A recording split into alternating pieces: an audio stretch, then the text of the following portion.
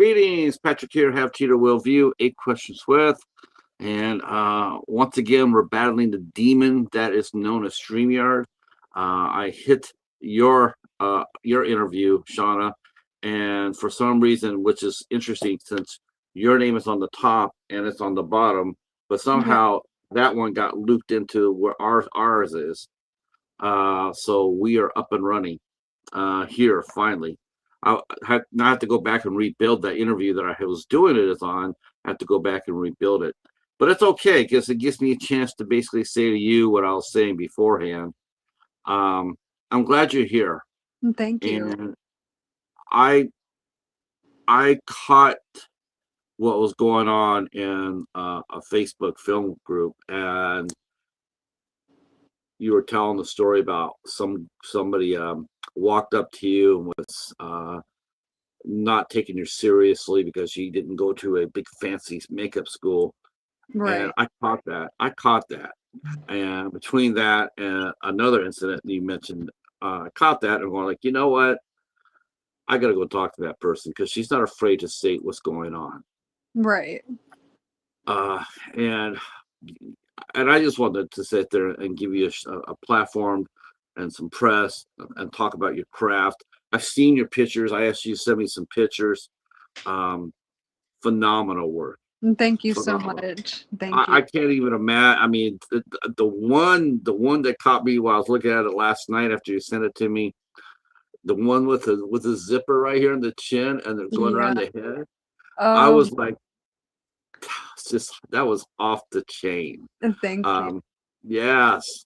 Uh, and I'm going like, so what is this person that's running their mouth? What are they talking about? This is phenomenal work right here. And it's interesting too, Shauna, that I've interviewed over 600 people on this show, and I can dare say that I think the people who've gone to school of some sort versus people who haven't, it's a roughly 50-50 thing. It's like Right. half of them went to school and half of them didn't. But guess Mm-hmm. what they have in common? They're both working in the same business. Mm-hmm. Yeah. So so it doesn't really matter. I mean, I'm one of practical. If I have you who've been working on sets for 2 years Mm-hmm. versus someone who walks out of a college. I got my degree. Look, mom, Yeah. who am I going to hire? The new guy coming out waving a paper, or the professional who's been doing it for 2 years already? Right. I'm, you're going to be working on my film because he can, he's got to gain experience. Mm-hmm. Um, so let's talk a little bit about this. So Okay. makeup artist. So where did you get your start at? I mean, how did you? Most young people, they always want to be in front of the camera. You Right. know, so was that for you as well? Did you start off wanting to be an actress, Uh, were you always a Rick Baker type fan? Like like s- I want to change a werewolf. I want to change this guy into a werewolf. so I got my start in Hot Springs, Arkansas. I started practicing special effects makeup when I was about 17 years old. I entered into a Halloween costume contest where they had an actress from Halloween 5 going to be there. So I really wanted to impress her. So I spent 5 hours in the bathroom turning myself into a voodoo doll to win this costume contest. And I blew her away. She was so impressed. I won first place for that Halloween costume contest, $100 prize, a film pass to the local Hot Springs Horror Film Festival, and that was where I got my start. Um, there were some local filmmakers in the area that had seen my work and asked me if I wanted to be a part of their film, and I was like, short films, what is this? And I just kind of leapt into that, and they trusted me to perceive a look, and I just kind of went from there. So that was your introduction into it. Yeah. Now, did you know anything at all about where to get how to get supplies, how to work with the different materials? I mean, had you had any sort of did you read up on it? Did you have a friend who had already worked on it before? I mean, I or was just it just kind of studied a lot of YouTube. I looked up some YouTubers that were into special effects and I tried to imitate what they could do. And that's just kind of where I started practicing, was just watching people closely on YouTube. that must have been a little bit that must have been a little expensive though, right? I mean, that is one thing about being a freelance makeup artist, is that sometimes you have to supply your own supplies and what have you. And so Yeah. when you're just learning out, that must have been that must have cost a pretty penny. Oh, yeah.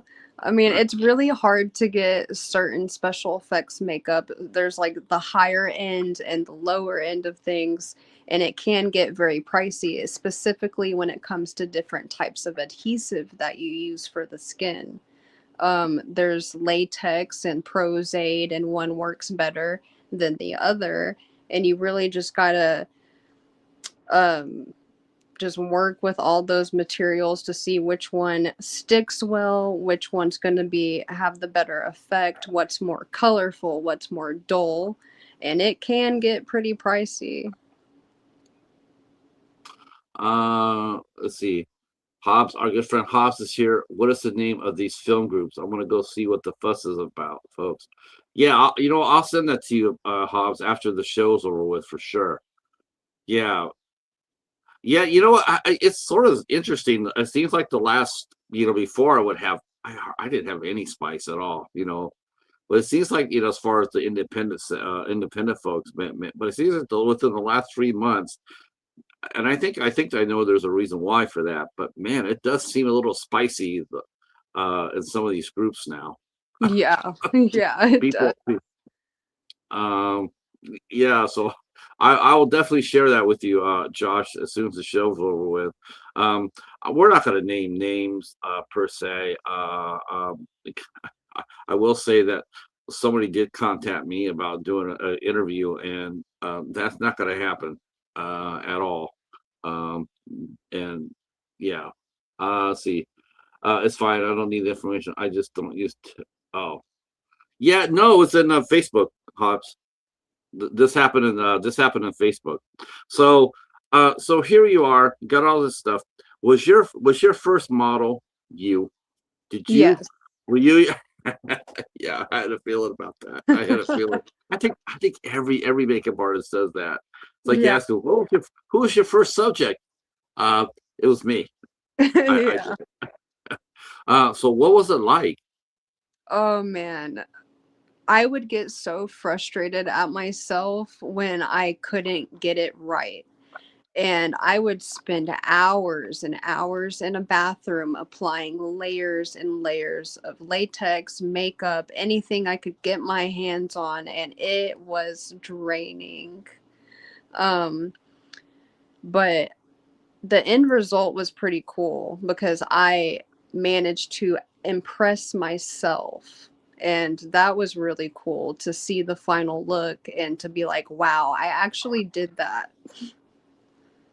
I like that. I liked it when I like when I mean we've had people who've done effects here on the show, like asking to do it. And this one young lady from Louisiana, and as we're talking, she went ahead and she did her hand and make it look like a third-degree burn. And Hmm. it was really amazing. I mean, Yeah. she what do you think? On one hand, you're going like, that's so badass, and and the other half is like your stomach starts stirring because you're looking at what you think is a third-degree burn, and you're going like, Hmm. oh, but it was so good. Yeah. Um, so here you are. You now, was there anybody with you when you when you sat in the chair for the first time? I mean, or did you just do it solely, or did you just do it on your arm or leg? I did it on my face. Oh my God. Yeah. I spent so long in the bathroom applying multiple layers of latex to my face. And if you know anything about latex, you know that it's not easy to come out of anything, and it's definitely not easy to take it off. And Right. it felt like I was ripping off a medical grade bandage, and it hurt really bad. Now, well, after you did that for yourself, I mean, I guess the first thing you learned is it's much more easier to do it on a live human being. Um, Yeah. but I no, seriously, you doing it by yourself like that. Now you understand what it feels like.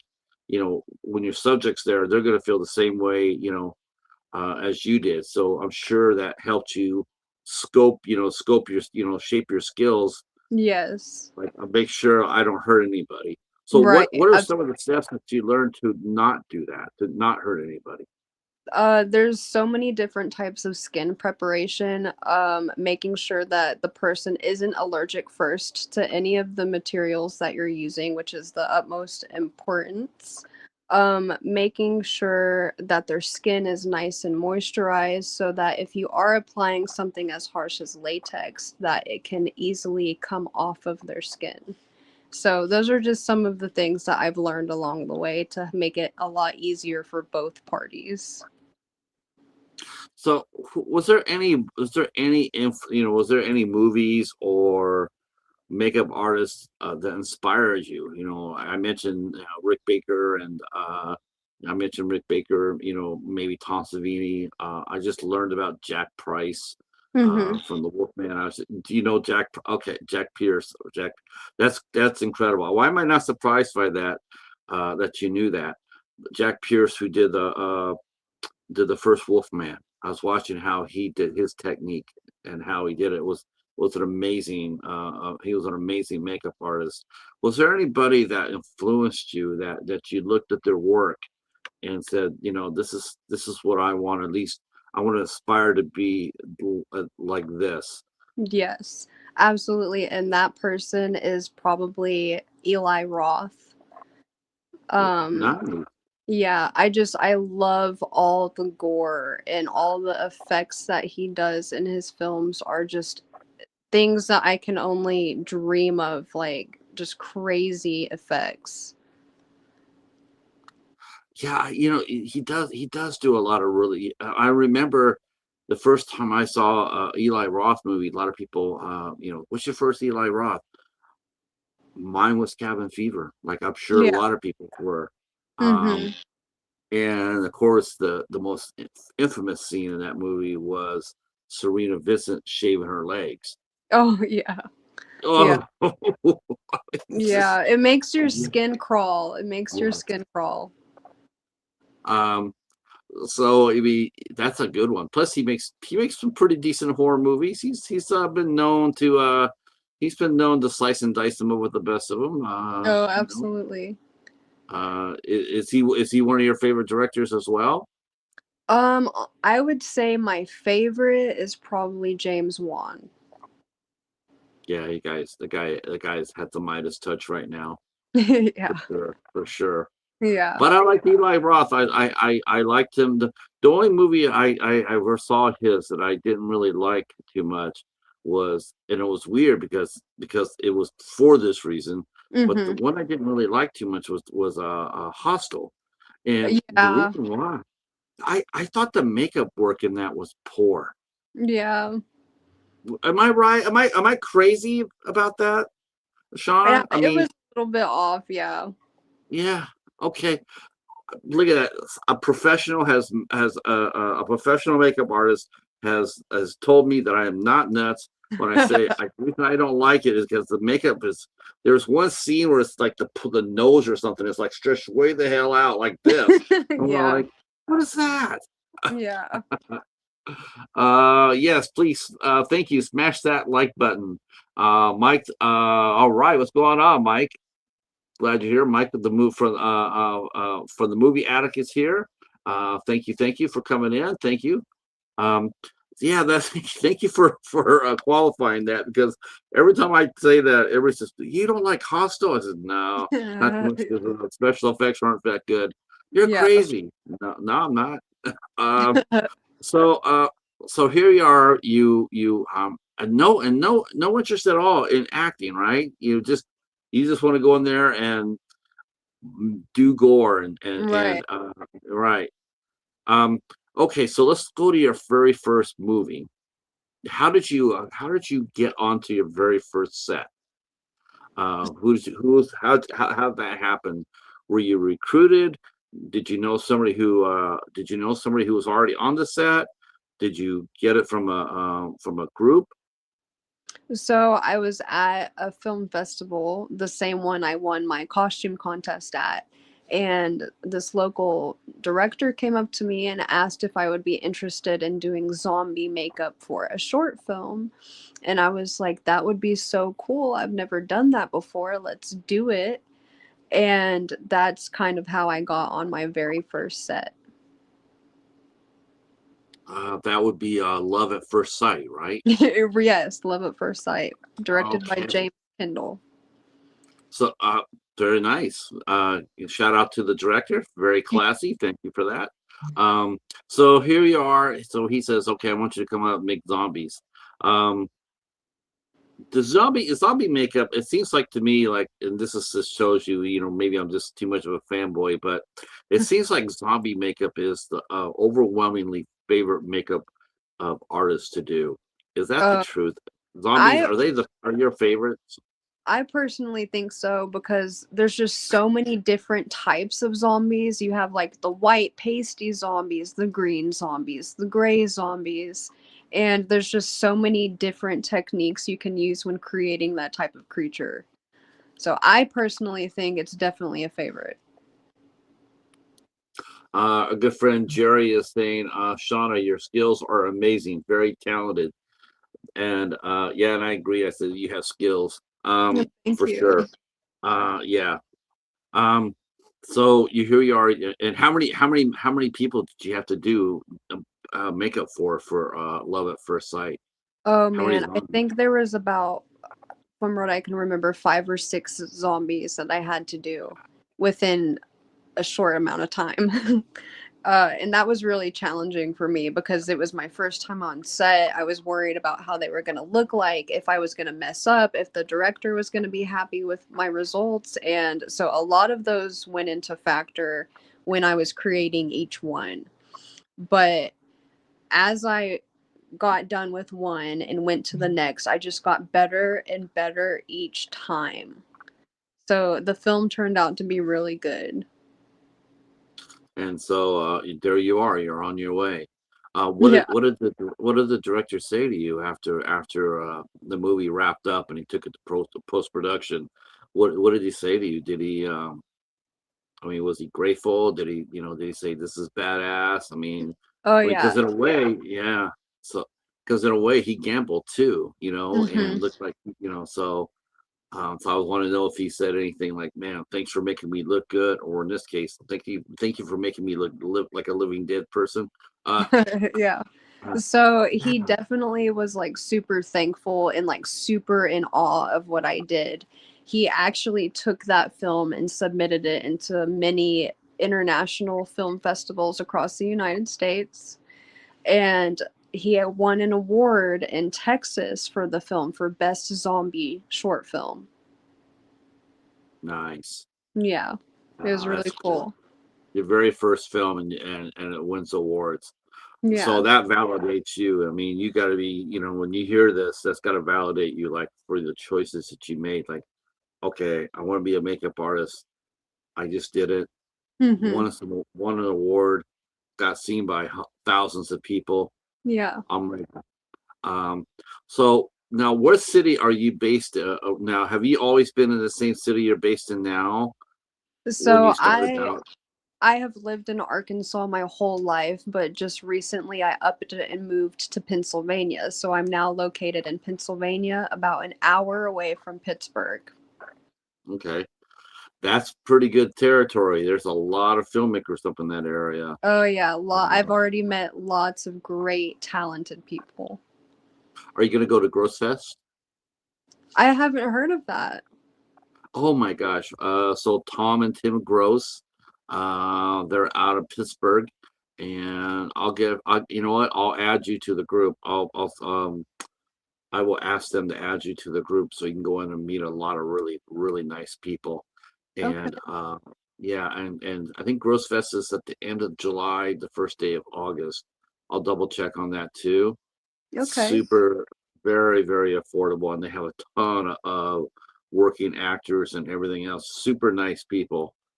Okay. That Yeah, sounds really Pennsylvania, cool. yeah. Pennsylvania also is the home of Mark Polonia. That's right. And Steve Brunzinski. There's so many good people out in Pennsylvania. Definitely very talented. And not too far away from New York either. New York, New Jersey. There's some really good people up there too. Yeah. So why the move from why the move? Because did you feel like it was just a better environment for you? Had you been tracking, like the indie film movement? Did Pittsburgh just seem to be getting more and more business? I definitely think it was a better environment for me to be in film wise. I kind of feel like back home I made my mark and I worked hard and I've done the award shows and the film festivals, and I just felt like it was time for me to do something a little bit bigger than my hometown. So I up and left and I reached out to a couple of filmmakers, couple of directors, and I made some magic happen up here as well. I'm looking at here. Uh, you did a short called "It's You." No. What show What movie, or short film did you leave Arkansas with, and then start picking up in Pennsylvania? So I think the last film, I'm trying to decide if it was Glitter and Grit. That was a short film, but I also got on a union set for a film called Turnbuckle that's being released this October. Um, so around, I think it was Turnbuckle was the last film that I did Okay. before Okay. leaving. Nice. Yeah. Nice. And that's a union set too. Yeah, I was a background extra in that. Okay. Yeah. Okay. But then you get to see, were you able to observe the makeup department working at that movie? Unfortunately not. I wish.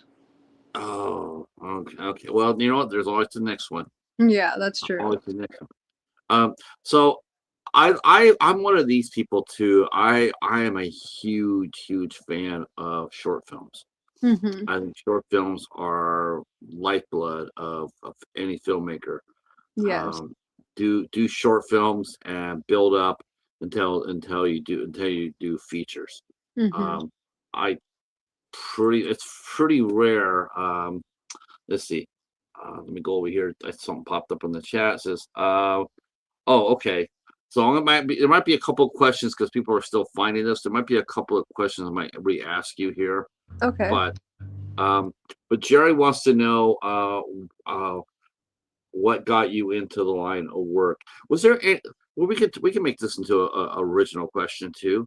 But what was some of the movies that you saw that inspired you? I mentioned, the directors, but Mhm. what are some of the movies that you saw that inspired you to do this kind of work? My number one, of course, is Saw. Okay. Yeah, I Okay. love the gore, just like the effects of that were so raw and so gross and disgusting. I love that. I love that. um, Man, I don't get creeped out very often. Um, okay, so maybe I do. Quit laughing. You do too. Uh, uh, um, the second one, Saw 2, where Mhm. they toss Shawnee Smith into the pile of needles. Oh, yeah. That was just like, I think everybody in the theater let out like a unified, like, oh no, oh no. Yeah. Yeah. Um, um, what goes into as far as makeup goes? What would go into that? How would you have done that gag that makeup part? I mean, how was it done? Uh, I mean, obviously not real needles, Right. unless they're method acting, of course. Um, but I mean, but how do you come up to a scene like that and make it looks? How do they make it look so real? Oh, that is the hardest part of filming is making it look realistic. Um, I'm assuming what they did there was use some type of chest piece prosthetic, which was like a giant piece, and those are very expensive. I haven't dwelled into that level of prosthetics yet, but I really want to. But I can only imagine that probably took them several hours to put on. Mm, yeah, I can imagine that. Yeah, Um, yeah, Saw would be God. That would. Could you imagine cutting your teeth on a show like that, a movie like that for your first gig? that would be insane. That would be like, here, hey, what are you doing here? I'm a makeup artist. All right, sit down. Give me 5 or 6 guys with their heads all crushed in. You Yeah, say, what? What? yeah. uh, so Saw was the one movie that inspired you. What about Rick Baker's work, doing the transformations from a creature to like a werewolf or Dracula or something like that? I mean, is that something that you can't wait to get your teeth into, doing something a makeup like that as Oh, well? absolutely. Besides the gore, I love my creature features. I love just the concept of creating a crazy creature, like whether it be a Loch Ness monster or a werewolf, vampire. I love doing stuff like that. I actually used to watch this TV show called Face Off where they would create these crazy creatures, Mm, and I loved that. I remember that show. I remember that show. Hey Tom, how are you, sir? Let's see. Well, Rob Bottin was fantastic on his very first movie. Yeah, yeah, his very first movie, I believe, was The Thing, if I'm not mistaken. Yeah, I think that was it. I think that was his first one, as far as major motion pictures goes. Wow, yeah, that's crazy. Now, not only did you have to do the makeup in for like several people, but also in some really formidable temperatures.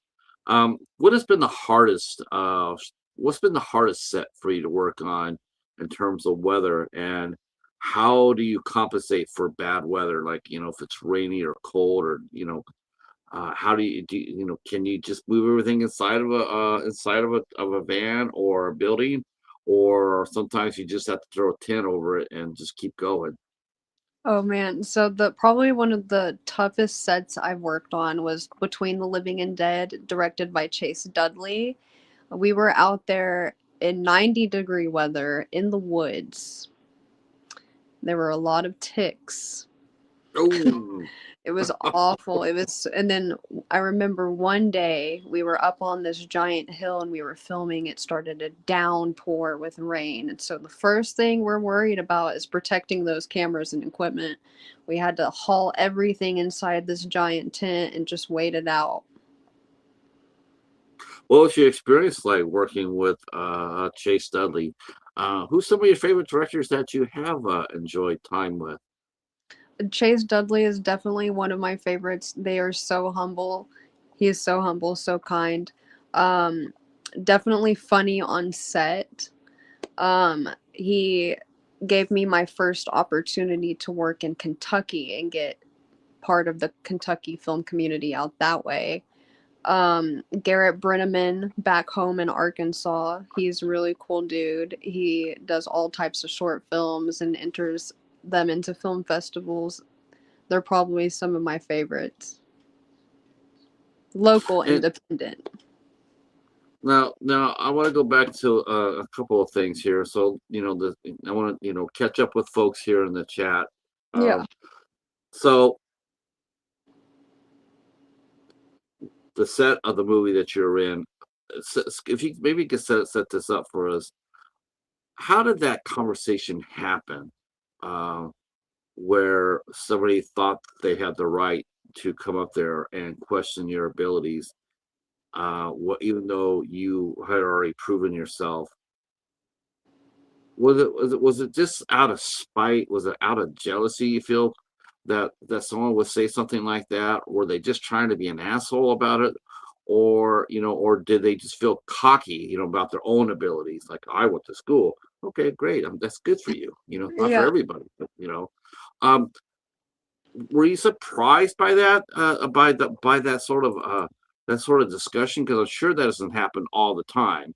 Right. But so you don't have to name names. I I mean, so I I don't. out of respect for that person, I won't name names. But it happened kind of abruptly and out of nowhere. Yeah, And when I hear things like that, it does make me upset because sure. um I've worked very, very hard to be where I'm at in life and in my profession and what I do. And I believe that I deserve credit where credit is due. So when I come across people that are like that towards me, that have credentials and are sometimes ugly with me, I just have to brush it off and just let it go, because haters, no matter what you do, will always hate on you when you're winning. Yeah, And um I can forgive, but I won't work with that person ever again. sure. Um, I just kind of have to brush people like that off and just focus on myself and focus on what I'm doing, because I know I'm doing a good job. Otherwise, I wouldn't get all these opportunities. It So, must have been a surprise, for someone to come up there and run their gums like that. Because we always hear about tight community and family and all this other stuff, and it's like, I caught that comment. I'm going like, man, that does not sound very friendly or very or family like. right. But I also feel like maybe you could tell me, how you feel. But it does seem like the last 3 months or so, it just seems like there's been so much more pressure in the indie film community. It feels like everybody's starting to feel the pressure of, I don't know, either maybe they want to, they want to be the next King Parsons, the next Curry Barker. They look at that and they want that success. Or, you know, they want to get their movie out to in front of an audience. Right. That's becoming more difficult. Um, I mean, is it me, or do you sense that there's a little bit more cracking going around in terms of the unity of the indie film community? Like there's just a little bit more pressure. People are feeling it a little bit more. Yeah. You know, I Definitely was, a little bit of pressure, a lot of pushback in certain areas. Um, everybody wants to win in this industry. We all want to be successful and to make the big bucks and to be the biggest actor, director, makeup artist that we can be. But at the end of the day, we're all in this together, and we should all support one another, because without indie film, what is there? We are like the backbone to the film community, and that's just what I believe. I was reading about how they had Sundance, and most of the time when you go to Sundance, you would read about movies being bid on, like they'd be bidding like big money, 20-30 million dollars for a movie. Yeah. And this year, starting last year, it started fading away. This year, it really did. In fact, the biggest movie that got sold out of Sundance was only sold for $6 million. Yeah. It's not a lot, considering a lot of some of these movies have big casts and everything else to it. Yeah. But the movie being sold for only $6 million, you know that's that's a little tough. Mhm. To me, it just says that there a lot of these companies now, they're there's people out there willing to give you their movie, not sell it to you, but give it to you just Right. because they want to be seen. Mhm. Um, so the other thing I wanted to mention too, the things, the steps that you take in your career. Uh, Recently, you got a chance to learn about one called contracts. I love contracts. I, Yes. I love contracts. I worked in live music for 10 years. I could tell you I worked thousands of contracts. And yeah, I guess that's as you go on, certain Mhm. things, are certain things in this business. Um, is and one is going forward is a contract. Right. Um, Right. is it sort of like, isn't it supposed to be like an unspoken that if an artist they negotiate a fee, okay, I'm gonna get paid, $1,000 for for makeup, and the director says that's cool, all right. Isn't a verbal contract? I mean, especially for somebody Mhm. uh, does it feel disappointing when like when I'm sitting here telling you like going forward you're going to use a contract and you're going like, yeah, um, you know, is this sort of a disappointing thing to see when someone that can't keep their word, uh, you know, with you, Oh you yeah, know, absolutely. It's definitely disheartening, and the trust is gone after that. Um because I believe you have to respect and honor your makeup artist and your actors and your crew, your cast and crew. They help you put the film together. They're there to support you and to make your dreams come true. The least you can do is pay them yeah, properly. pay them what you agreed to pay them. Right. That's really Absolutely. it. I was sitting there following that thread in the group. I was so disappointed, and I felt so bad for you, Shauna, because, and I think what you did. I know a lot of people would have said, I don't know if she should have did that, but I Right. I think I think you I think you I think you did it. I'm glad you did it. Thank you. I'm glad I did too. Yeah. Um, because I mean, if you don't say anything, like, well, don't say anything, don't cause trouble. You didn't. And I didn't, I didn't do it. Mhm. Um, and hearing all the weak ass excuses, Yeah. I, Right. I'm just sitting there going like, wow, I hope you realize that every time you say something like that as a director and you don't follow through with your word, you become more and more less of a person that I want to recommend to anybody. I Right. don't want to, I don't want, Um, yeah, I think it was very disappointing. I thought he handled it with class. Um, Thank you. and I do, and I totally support what you did, how you did it. Thank you. Um, I know, like I said, I know a lot of people were sitting there saying, "Well, you know," and it's like you're a professional. You need to be treated like one. So, but going forward, you already learned already, right? Right. Contracts, Definitely. right? Yeah.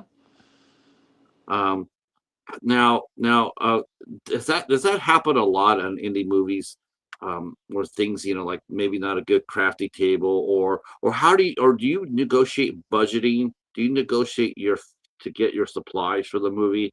Like, I'm the makeup artist, yes, but you have to buy my supplies. Is that normal for any movie, to It where can they have be. to? Yes, it can be. If there's something that I don't have that I really need or want or think that this will set off the film completely and like just wow people, I'm gonna ask for a little bit of a budget from the director. And we can follow through with that. What kind of budget does a makeup artist ask for safely?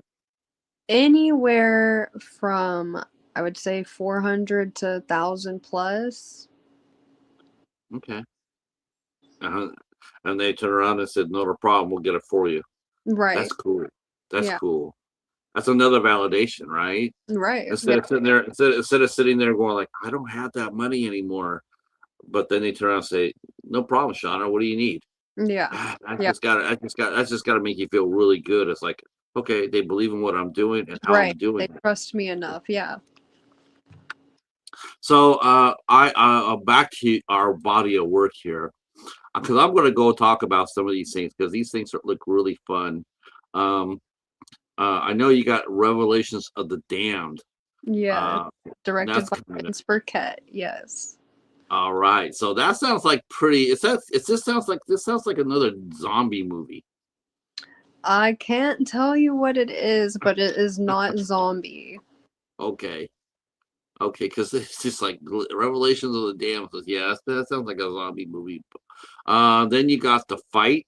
Now the fight is that like a two guys fighting? No, so it's about these kids. Their parents go out for a date night. They're left home alone. The boy has these vision. I don't want to call them visions because I'm gonna call them night terrors. He has these night terrors of this creature coming into his room at night, trying to get to him, and there's a little sister involved or an older sister involved, and she has to kind of protect him through the night to ward off this creature. So it's really cool. It's a short film directed by Garrett Brenneman. It has gone into many film festivals. It was just in Oklahoma Film Festival, I believe, last night for 10 nominations. Nice, Yes. nice.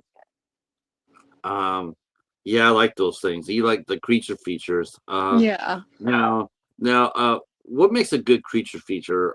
And how do you work with the actor? When I was watching, I watched the Wolfman 1941 last night, and then I watched the behind the scenes. And they were saying how it took Jack Pierce. It took him 9 hours to dress Lon Chaney Jr. How do you keep your actors um in one piece, like as far as like, okay, this is going to take 3 hours of makeup. What do you do to get them ready for that? I mean, like, besides go to the bathroom, um Right. how do you yeah how do you keep them calm and in the moment without them, you know or not complaining too much? How do you keep them happy? So, in the most respectful way I can say this, I kind of treat them as if they're a child. Um, I have to, be very delicate with them and treat them with respect. Um, and I've just found that's the best way to work with them. Otherwise, you're going to have an actress or an actor getting up and down from their chair and getting a cigarette break or bathroom break, and it can get really tough, especially when we're in a time crunch.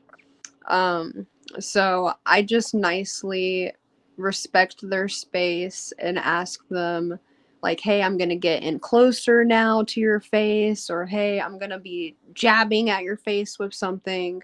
And that's pretty much how I go about it. That would actually be the two things that would probably, like, me, I would think that would be the toughest was the hydration, and if you ran into an actor that did smoke, Yeah. because it's like, dude, like, you can't, no, like, the cigarette you're smoking right now, that's the last one you're getting for 3 hours. Right. Deal with that. Deal with it. I can Right. always I can slap a nicotine patch right on your nose if you like. Um, let's see. Tom mentioning here. Uh, it's also meeting at the right time. Yes. Creative people finding each other. Well, Sean's going to find a hell of a lot of creative people up in Pittsburgh. I can tell you that. Yeah, definitely. Let's see. See, I like those kind of stories, movies about dreams. That's yeah. See, he wrote a story called Again. It's about a dream. I'll mail it to Tremaine. Oh yes, Tremaine Hayhoe. Another fine director. He's based in California. Yeah. Well, he'll get to see this interview because he pops over once in a while. Oh, And cool. Tremaine is actually coming on the show, Tom. He's coming back on July 6th. So your lobbying has worked out. Um, yeah, that would probably be the and also hydration would be the second thing. Now I asked this about this. I asked this with Joe Castro, not Jose, Joe Castro. I asked him. He's a very well known makeup artist, Mm-hmm. and I asked him this question. And I'll ask you the same for you. After you get done with your makeups, right? Let's say you change me into a werewolf. Um, okay, so I go onto the set.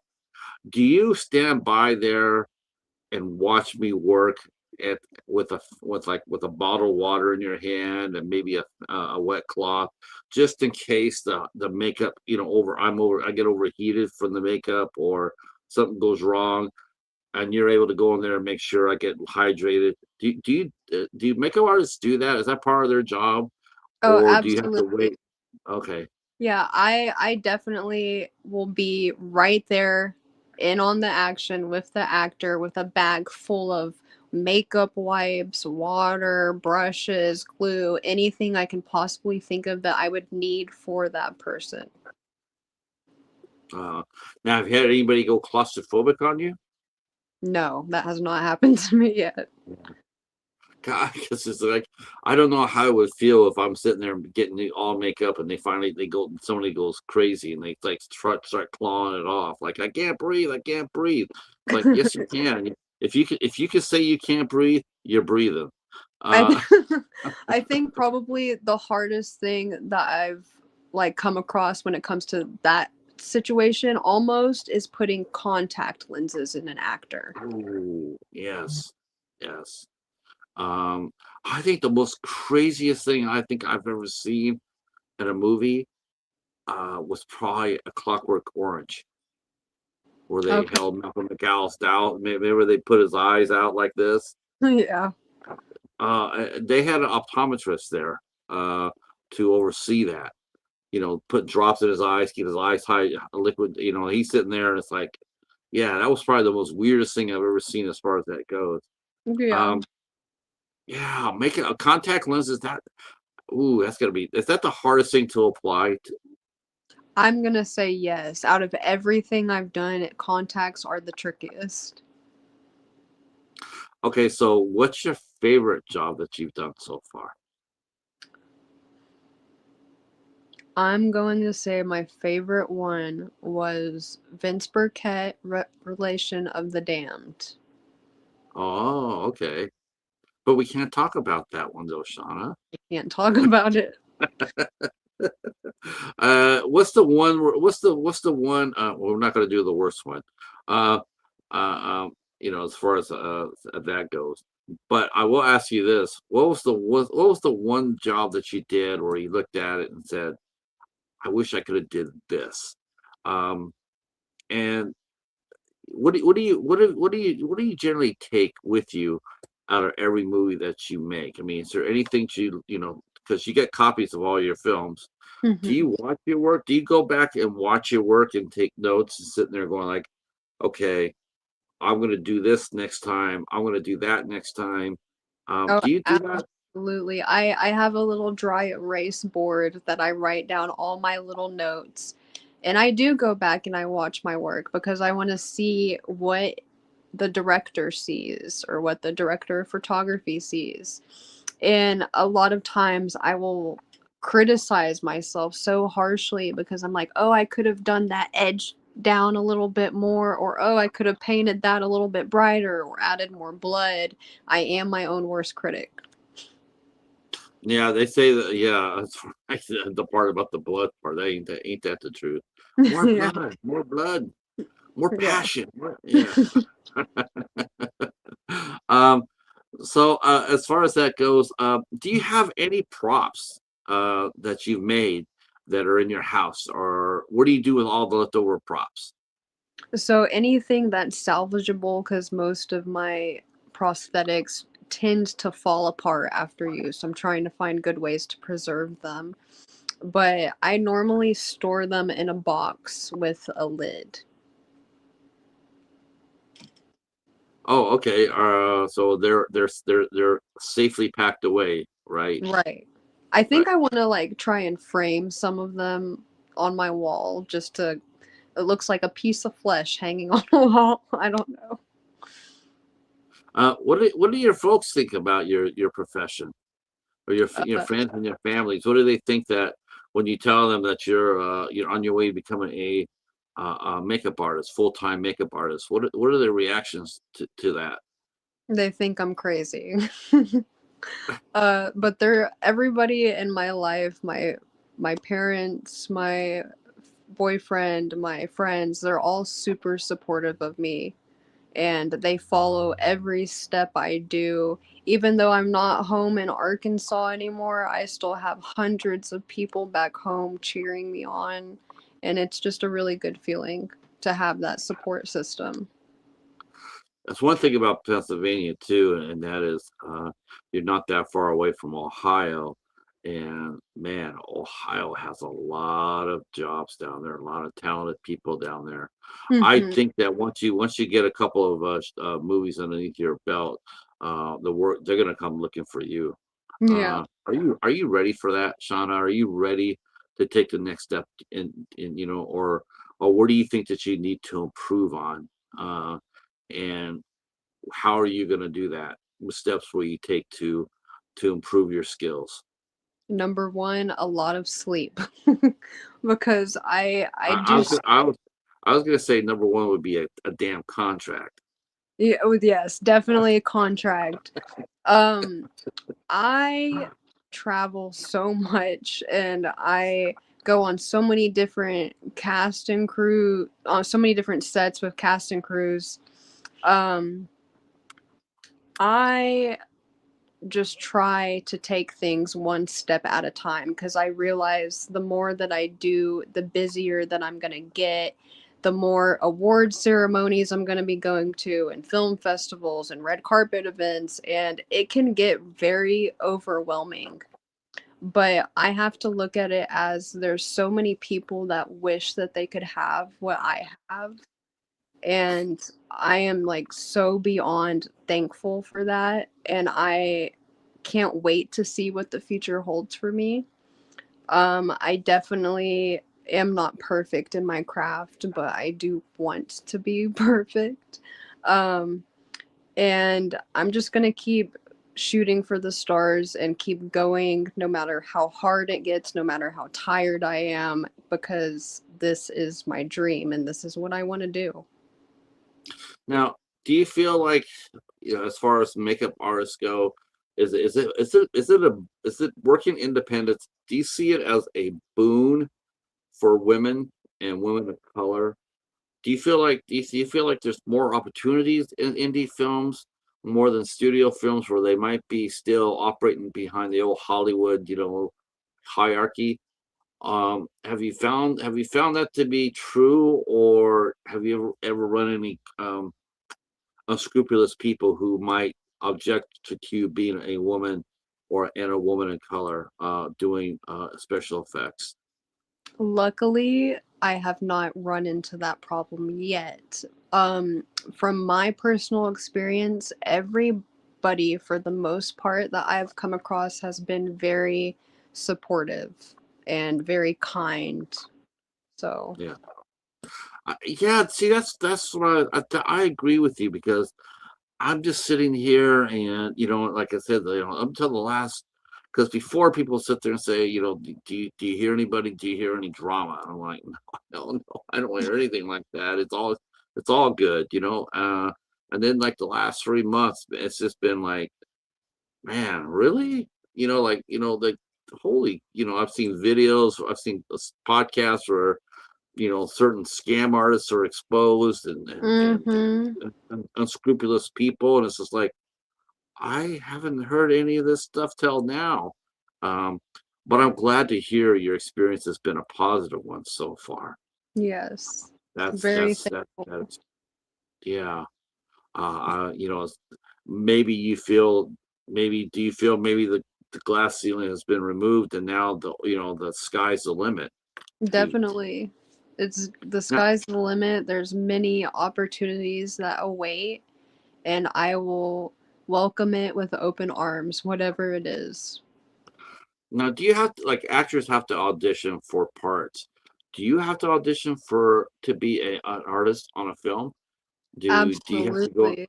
Wow. Yeah, so when I am approaching a director or and I'm interested in working with them on their film, I will send in my portfolio of films that I've done, my IMDb profile, and some live footage of my work so that they can see what it looks like on camera. So they get pictures, live footage, and my IMDb profile. And that just kind of helps them determine whether or not they want to work with me or not. Right, right. So do you talk to them face to face, or is it more like Zoom calls? And how, how do you know when you got the job? Do they tell you verbally that, okay, we're going to go with you? Or do they, and how are department heads figured out? Is it because if someone's worked with the artist, with the director before, and maybe they worked on a couple of films and you haven't yet? Does that give them basically to be, the right to be department head? How does that work out? That dynamic work out? There's a lot that honestly goes into it. I could be speaking to the director 1 minute and then the next minute speaking to the assistant director or the producer or the director of photography. It all kind of goes hand in hand, but when I know I have a job, it's usually verbal and through email with a contract or an NDA or description of what I'm going to be doing, if it's paid or not paid, and that's pretty much how it goes from there.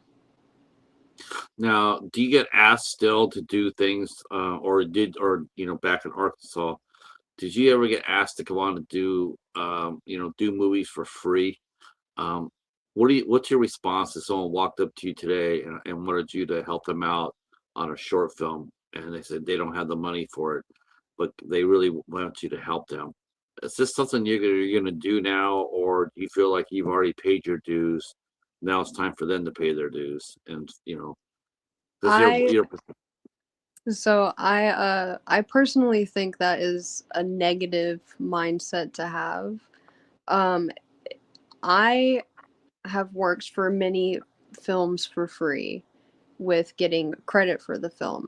I have absolutely no problem helping out an independent filmmaker without getting paid for it because I know what it's like to be that person starting off in the industry, um, and how it feels to get the rejection and to be rejected by people when you're just trying to um, focus on your film and your concept of what you're going to be doing.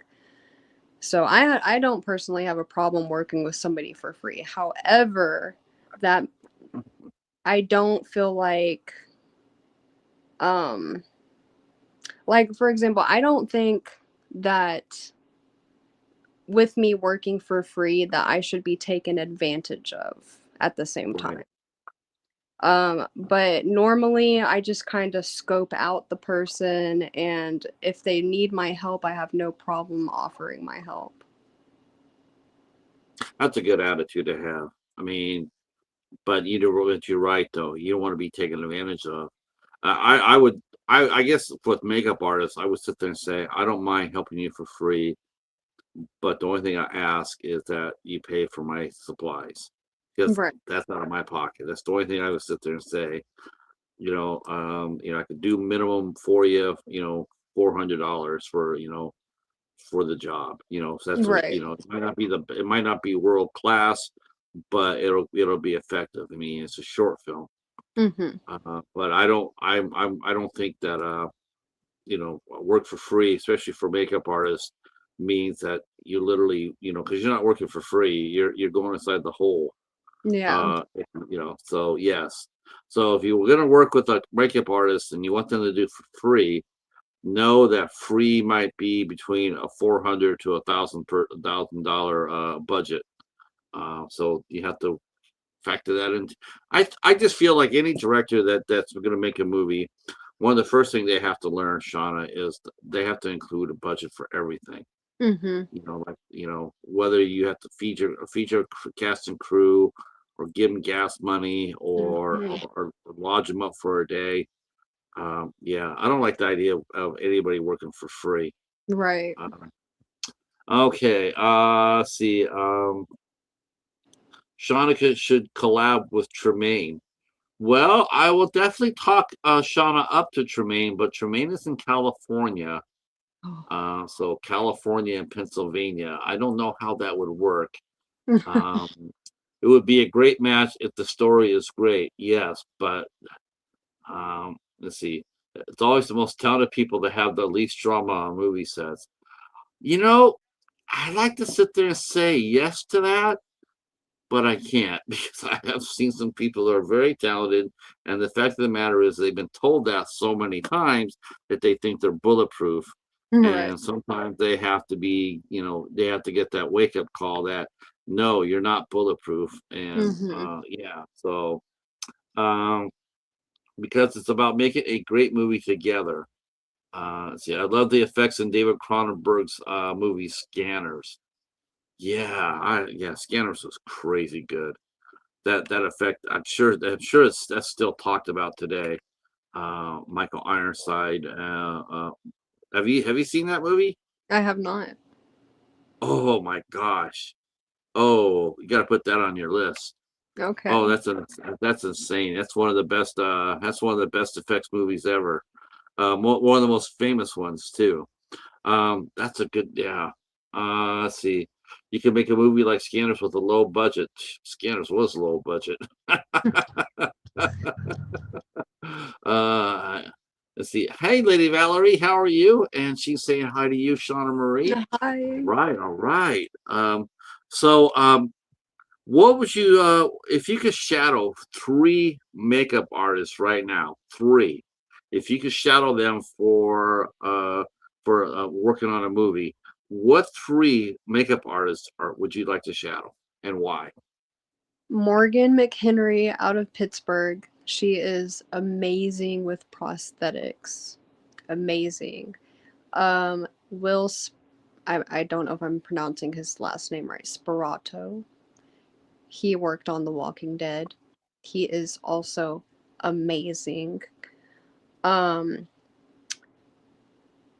V Neil, because she does so many intricate looks with rhinestones and blood and gore, and she is amazing as well. What would make you pick those three? What do they bring to the table that Shauna would like to learn from? Sculpting skills. Hmm. Is that something you're starting to pick up now, or is that an expensive part of becoming a makeup artist? Because I mean, like I said, I mean, one of the things about it's great to do your own makeup, Hmm. but it's expensive. So Yeah, it is. now, is there any makeups out there that are reusable, or they are pretty much all one shot and over with? For me personally, I found it's all one shot and over with. It's really hard to keep a good piece. Yeah, that's a damn shame. It That's a is. that's a damn shame. Because you only get to use it once. Mm-hmm. Um, so, uh, what's going on with your now? What are you going to be doing for the rest of the year? So I have, well, I can't talk about some of them, but I'm in the works of filming with a local independent filmmaker out of Cleveland, Ohio, director Nate Taylor, and we are working on the movie Broken 2, which is streaming on Tubi. Okay. I'm looking at this Revelation of the Dam, and I'm noticing one thing. We'll talk about that right now. So Okay. I asked you earlier if, like, most people want to go in front of the camera, but you're being behind the camera. But now Mm-hmm. I'm looking at this movie here, and it looks like stars Ryan Beatrice, Jim Osso, and Shauna Marie Filman.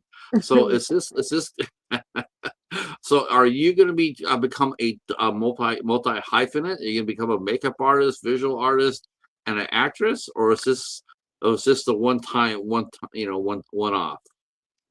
I've come to find out most times I just get kind of thrown in there. Oh, It could be because the director just needs somebody and I'm just asked, "Can you do this for me?" I say yes every time. I'm not going to say no. If they need help, I'm going to say yes. But I definitely think I'll stick to makeup. I do not want to be an actress, please. let's see. Let's see. Lady Valerie says, "Sorry, I'm late to the party, but I have to ask. As a woman, was it hard to break into the special effects and visual effects field?" That's yeah. I mean, that's a let's talk about that again. So, Okay. was it hard for you to break in as a woman? Do you feel like it's easier for a woman to break in to special effects than men, or is it equal, or is it still a work in progress as far as getting equal, being treated equally? I think it's definitely a work in progress, being treated equally on set. Um, as a makeup artist, because you go into so many different types of sets, and you could work with somebody that is just ready to work with you from the get-go, or you can work with somebody that straight up just does not like you just simply because you're a woman on set. um it just kind of goes hand in hand, and you just got to look at those situations and acknowledge that it could be negative, but try and go into it with a positive mindset and attitude, and everything will be okay. Because you know your skill set and you know what you can do. And anybody who says you can't do it, do not believe them. Right, right. Yeah, that's right. And you don't need a fancy degree. You don't need to go to Tom Savini School of Makeup. I mean, like I said before, there's been plenty of people out here on this show that we've talked to who have no formal training, but that didn't stop them from chasing their dreams Right. and going to work, becoming working actors or film directors or what have you. So don't ever get discouraged by anybody who comes up to you and says, wow, you don't have a degree, so you must not know what you're doing. We all know that's bullshit. I mean, Yeah. I'm sure Tom, I can't imagine if Tom Savini, I'm not sure if he ever went to school. I don't think Rob Bottin went to school for his makeup.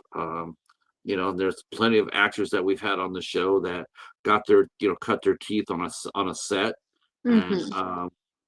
I know a lot that actually cut their teeth on by being background actors, and they Yeah. slowly have worked their way up to now they got speaking roles. Hmm. No formal training, no schools, no degree. So I think it's not that it's not important, but Right. it's just not for everybody. Exactly.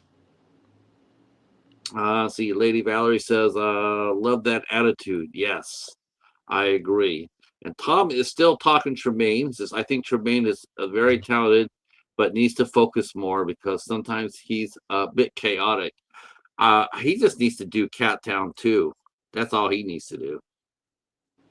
He made a documentary called the Cat Town story, and I get on him about doing the sequel. Uh, he's a great guy though, really talented. He is very talented, very driven. Um, so I like your attitude. I'm with Lady Valerie about that.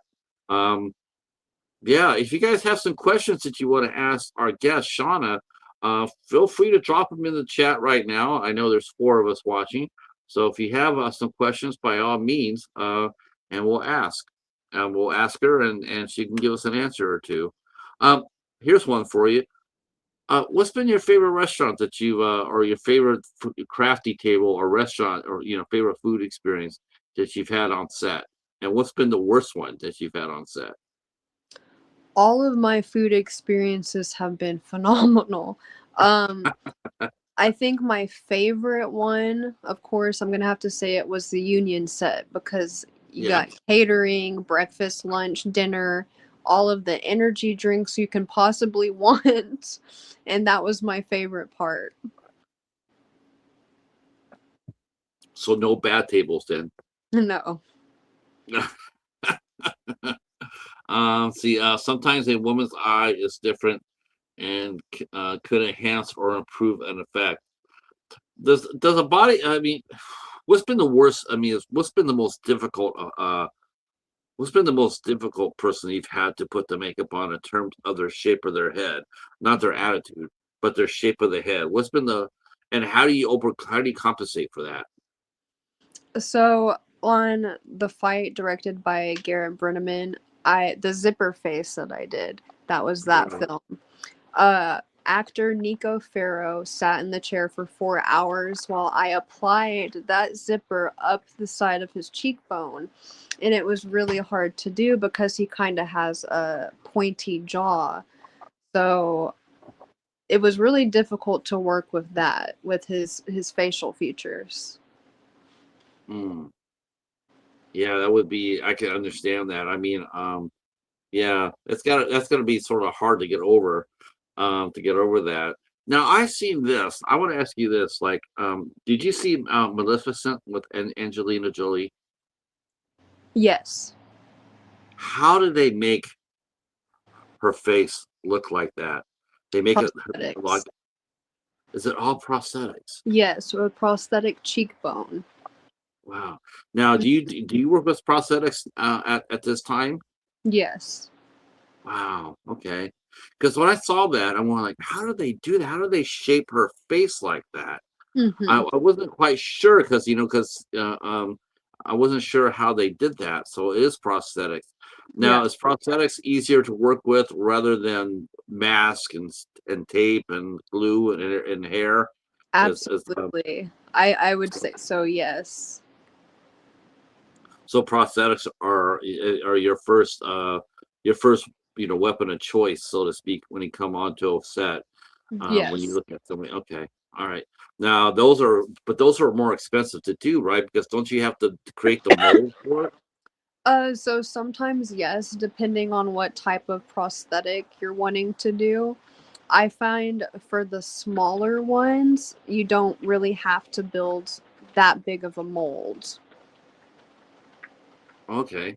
How does that? How long does it take to do this? I mean, like I know, like okay, after your actor goes on set, or comes back in, and I mean, is it harder to take off the makeup, or is it harder to put it on, or is it about equal? I would say it's about equal because Ah, it's wow. it's all about that time crunch when you're putting it on and having to rush to do the makeup effectively. But then there's also the pressure of taking it off of the actor because they want to go home for the night. So it kind of goes hand in hand. Yeah, I guess if you ask them, hey, you don't want to take those werewolf hands off. Think of all the fun you can have with your kids when you get home. Yeah. Uh, let's see. Let's see. Yes. Let's see. Let's see. Tom says, I mean, have a new. Okay. Okay. I mean, have a new idea. Okay. I don't know what that means, but I'll take that for what it is, Tom. Uh, all right, Shauna, we have hit our point here. I want to thank you for coming out and hanging out with us. I've had such a lovely time talking with you. I knew it was going to be this much fun. I absolutely admire and respect your willingness to stand up for yourself. Thank you. And yeah, has it been resolved yet, or are you still dangling see still you know It got resolved for me, but unfortunately hasn't been resolved for the other actors. wow, but that's because you stood up and rang the bell. Yes. So they need to do the same thing. Yes. Yes. Um, yeah. Good for you. I'm glad. I'm glad because that was not an insignificant amount of money. It Right. was, and you earned it. So Thank I'm you. glad, I'm glad he did the right thing by you. Though he should have never ever took that long. So Yeah. he's not getting any flowers from me for just doing what he should have been doing from the Right. very get-go. Uh, so good for you. Did you hear from people privately about that? Did people privately come up to you? Because I know a lot of people won't go public with that. Yeah. Um, I did they had a cut you lot of people come to me. and ask about? Yeah, good, good. Yeah, people don't want to do it publicly. I understand that. I mean, you don't really want to have to rock the boat. And I'm sure I'm sure you thought about that before you did it. But hey, you know what? It's not personal. It's business. Right. Yeah. All right. Has Shauna have a Instagram page? Do you have an Instagram page? I do. I will get that and put that in the description box, Tom, so you can go over there and follow Shauna. I have her IMDb page as well, so you can see what she's been up to both in the past and the future. So you can go ahead and check that out. And what else? What other social medias do you have? Are you on TikTok? Yes, I do have a TikTok as well. Okay, I'll get that and put that on her page as well. Yeah, not a problem. All right. I want to thank the chat for coming out and hanging out with us tonight. I appreciate that so much. We'll be back tomorrow. We'll be back tomorrow, fingers crossed, uh, talking with Andrea Garces Lopez. We had to move that back from last week because she had a pitch meeting. Uh, Hopefully, we'll hear about that meeting. Hopefully, hopefully it went really well for her, which I think it will, because I think she also is a very talented performer. And then on Thursday, I'll be talking with Diane Cameron Elam here on the show. And Are you doing anything Thursday? uh, that one's gonna be. I'm gonna be on my heels for that one, on my tippy toes for that one. As Diane is one incredibly talented woman, just amazing playwright, storyteller, songwriter, singer. You name it, she's probably done it. Writer, and she's done it all really well. She's been around the world. She played residency in Japan. She's just an amazing, talented lady, and we'll be meeting her on Thursday. I love this week because I got three really strong women here, and these are the kind of shows that I love doing. All right, thank you guys again for coming out. Shauna, stay right there where you're at just for a second, but I'm going to say Okay. goodnight to the chat. And thank you for coming out. We'll see you tomorrow night with Andrea Garces Lopez. Peace.